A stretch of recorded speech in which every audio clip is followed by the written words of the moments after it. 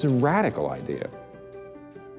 God's people should work for the good of those who are not living in a right relationship to God. That, however, is exactly what he told the Israelites, and it's in accord with what Jesus said was the second greatest commandment, love your neighbor as yourself. And it certainly fits in with John 3:16. For God so loved the world that he gave. Throughout the Bible, repeatedly, we see God's concern for cities and the people within them, both for those inhabited by his people, like Jerusalem, and those that were not, such as Nineveh or Babylon.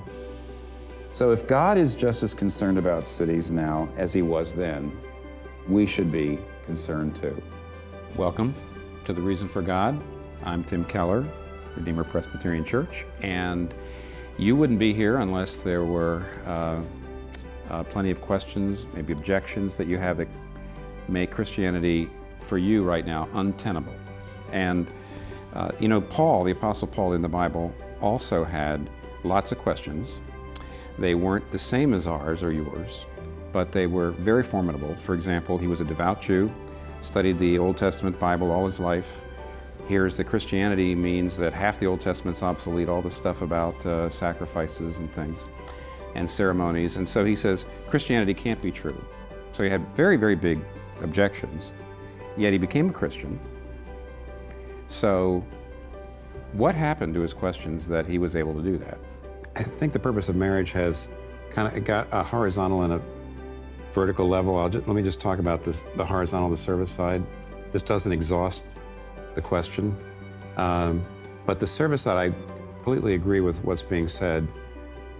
The purpose of marriage is actually character change and community building, and they go together. So when I serve my spouse, it's changing me and changing her. And it's creating a community. It actually, not only if you're blessed with children, not only does it create the community the children need to thrive, but actually even friends and neighbors and other people around you in some ways get shelter in that community too. This parable will help us live out the implications of what it means to be gospel-transformed people. Not elder brothers, not younger brothers, but people living as images of our true elder brother, Jesus Christ. When we read the book of Mark with non-Christians, they read it like a mystery, and that's how it was supposed to have been read.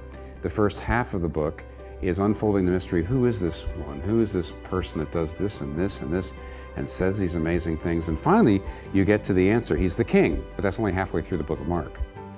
And then as soon as you think, I've figured this out, suddenly Mark complexifies things and then shows you that this king is going to the cross, not to a throne. He's going to suffer, not to reign. And you say, what's this about? And when you get to the end, you have shown people the gospel